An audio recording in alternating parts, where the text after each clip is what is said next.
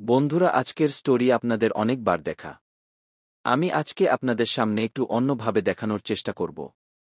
আশা করি আপনাদের ভালো লাগবে। আশা রাখছি আপনারা ভিডিওর শেষ পর্যন্ত দেখবেন।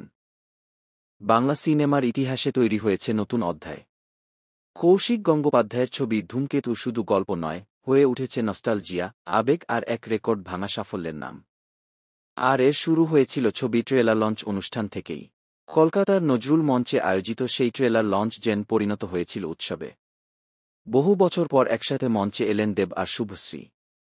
ভক্তরা তখনই বুঝে গিয়েছিলেন কিছু বিশেষ ঘটতে চলেছে। সাংবাদিকরা মজার ছলে প্রশ্ন করলেন, কে আগে কাকে ব্লক করেছিলেন। শুভশ্রী হেসে সঙ্গে সঙ্গেই নিজের ফোন বের করে দেবকে সোশ্যাল মিডিয়ায় ফলো করলেন। কয়েক সেকেন্ডের মধ্যেই দেব ও শুভশ্রীকে ফলো করে বসেন। আর ঠিক তারপরেই দুজনে একসাথে দাঁড়িয়ে সেলফি তুললেন। এই ছোট মুহূর্তে হল জুড়ে করতালি, শীষ, উচ্ছ্বাসে ভরে যায়।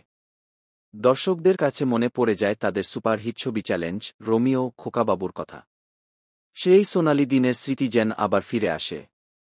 ধূমকেতু ছবির গল্পে আছে এক সাধারণ মানুষের লড়াই, স্বপ্ন আর প্রেমের টানাপোড়েন। কৌশিক গঙ্গোপাধ্যায় সবসময় বাস্তবধর্মী কাহিনী নিয়ে আসেন, আর এবার দেব শুভশ্রীর কামব্যাক জুটি ছবিকে আরও বিশেষ করে তুলেছে।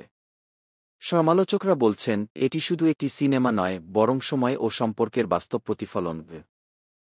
শুধু ট্রেলার লঞ্চেই নয়, সিনেমা মুক্তির পর থেকে বক্স অফিসেও ঝড় তুলেছে ধূমকেতু। প্রথম দিনেই ছবির নেট আয় দাঁড়িয়েছে 2,18,00,000, যা বাংলা সিনেমার ইতিহাসের সর্বোচ্চ ওপেনিং।